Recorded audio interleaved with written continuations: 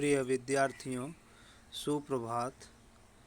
आज मैं हिंदी विषय अध्यापक अतुल कुमार मिश्र आप लोगों को आपकी हिंदी पाठ्यपुस्तक क्षितिज भाग 1 का चौथा पाठ नाना साहब की पुत्री देवी मैना को भस्म कर दिया गया, जो कि चपला देवी जी ने लिखा है। इस पाठ को मैं पढ़ाने जा रहा हूँ।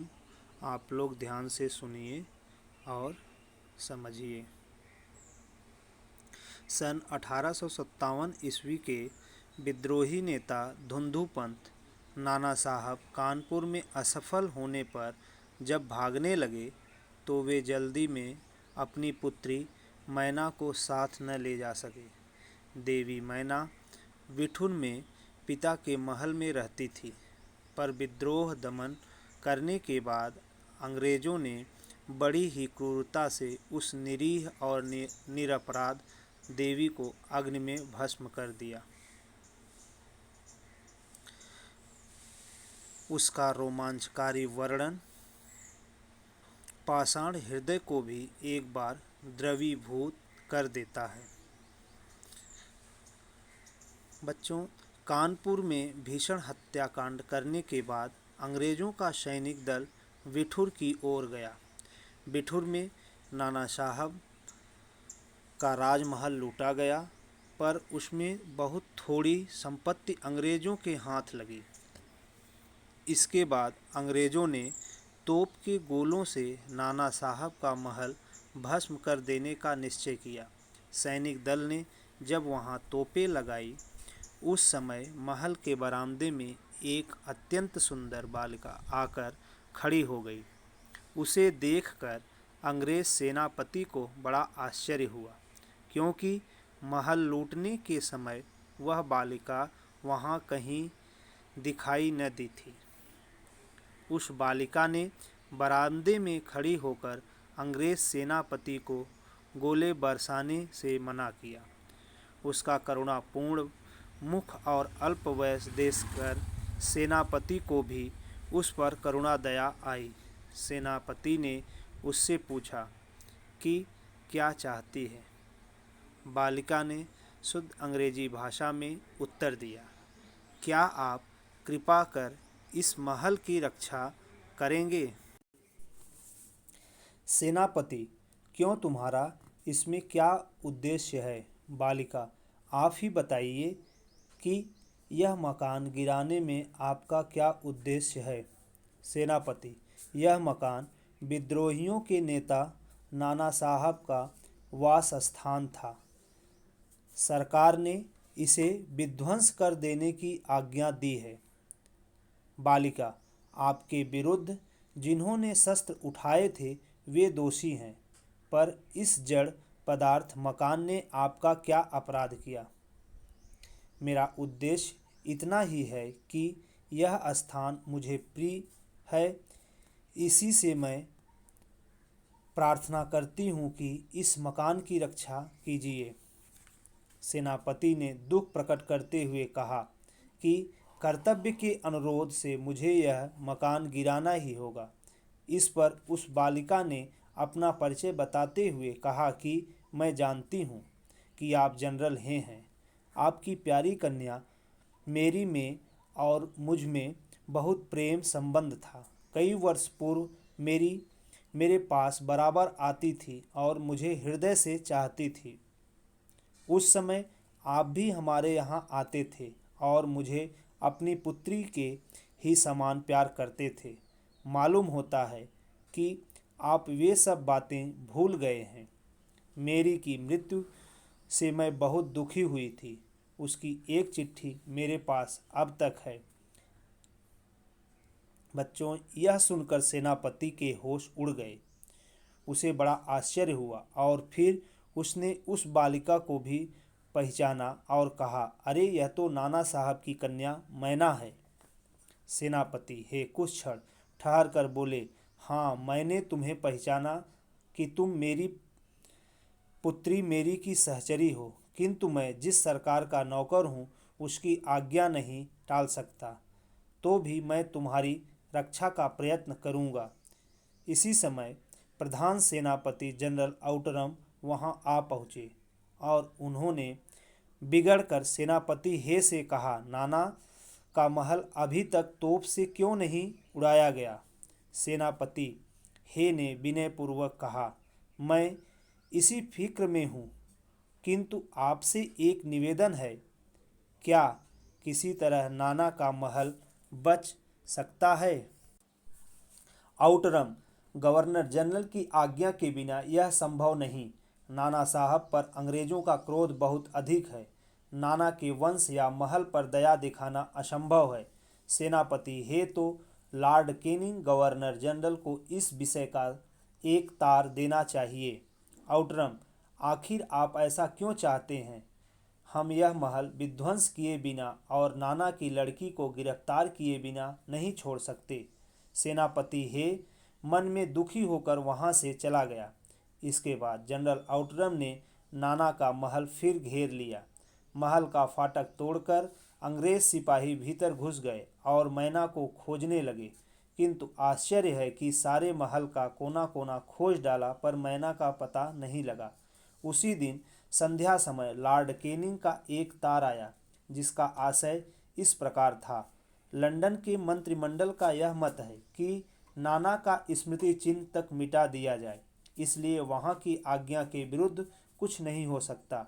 उसी क्षण क्रूर जनरल आउटरम की आज्ञा से नाना साहब के सुविशाल राज मंदिर पर तोप के गोले बरसने लगे। घंटे भर में वह महल मिट्टी में मिला दिया गया।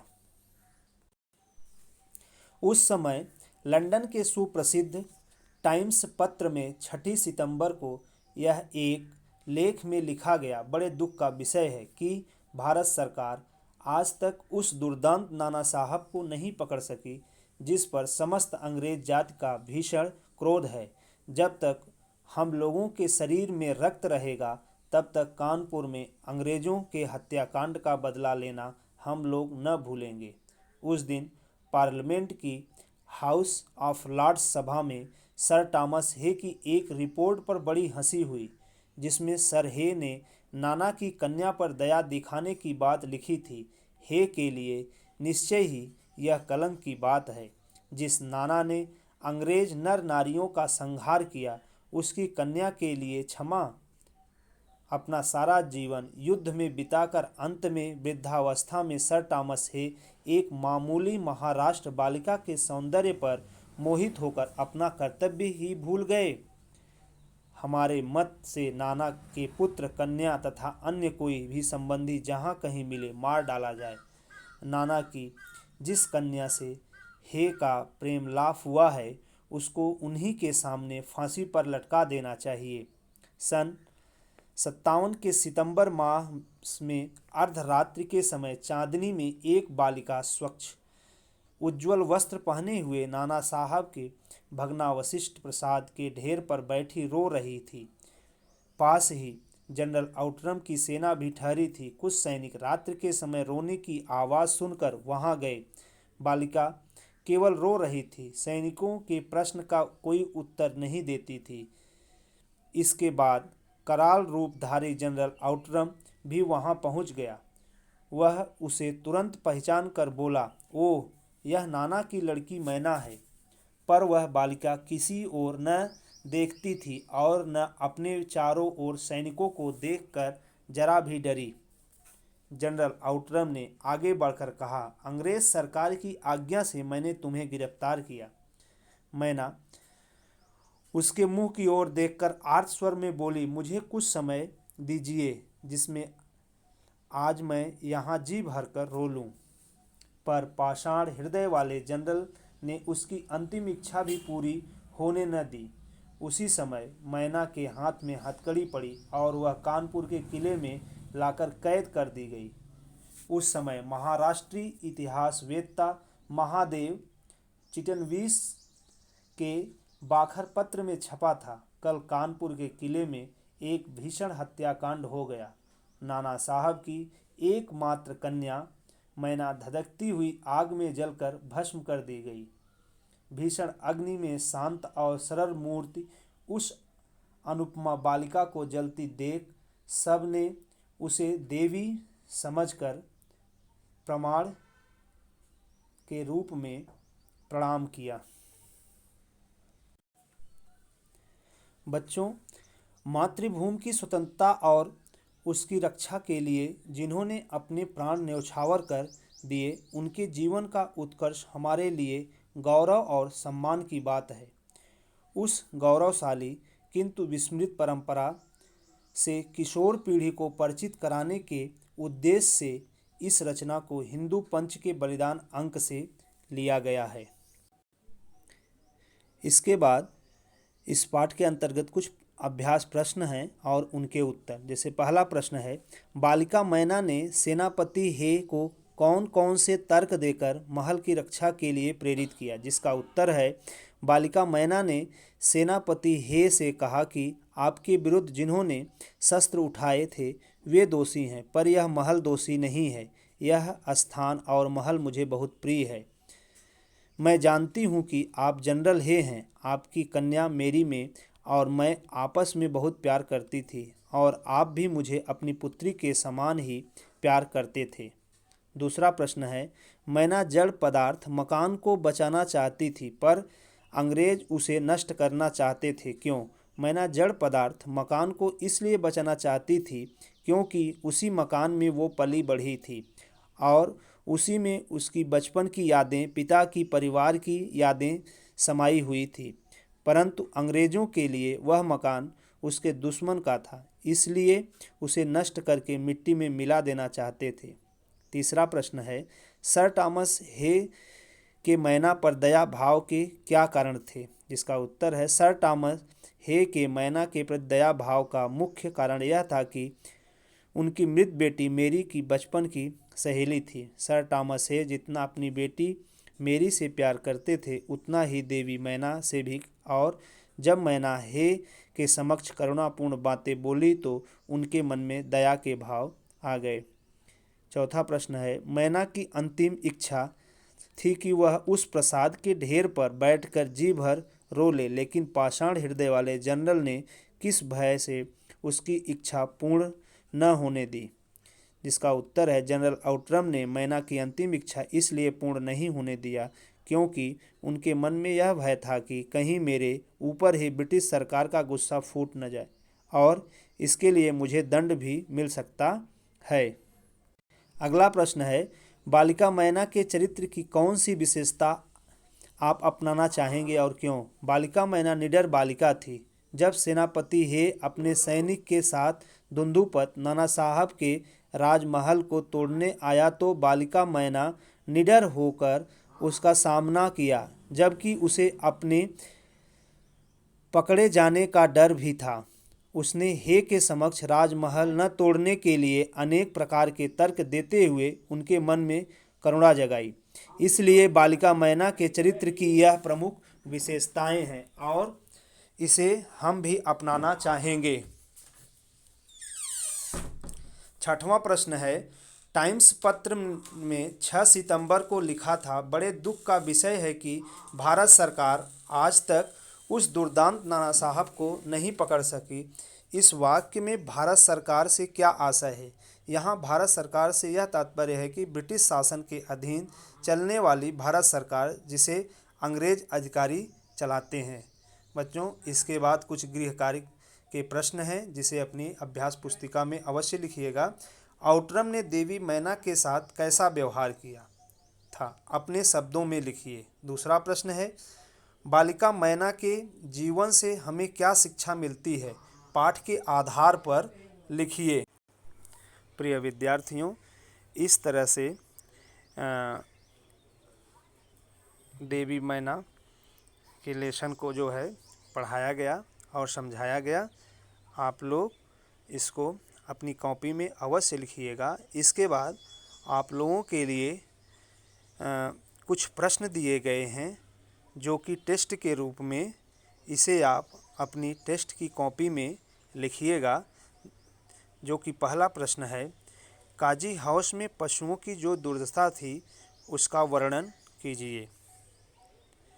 दूसरा प्रश्न है, तेंगरी समादगिरी कहाँ स्थित थी?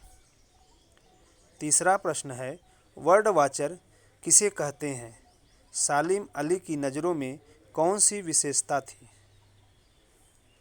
अगला प्रश्न है, सुमति कौन था? इसके बाद बच्चों कुछ व्याकरण के भी प्रश्न दिए गए हैं उपसर्ग, प्रत्यय और समास से। जैसे पहला प्रश्न है, अप और अन उपसर्ग लगाकर एक एक नए शब्द बनाइए। उसके बाद प्रत्यय से प्रश्न है, अनीय और ईय प्रत्यय लगाकर एक एक शब्द बनाइए। अगला प्रश्न है, समास किसे कहते हैं? बच्चों इस तरह से यह आपके टेस्ट के लिए प्रश्न थे और इस प्रश्न को आप लोग अवश्य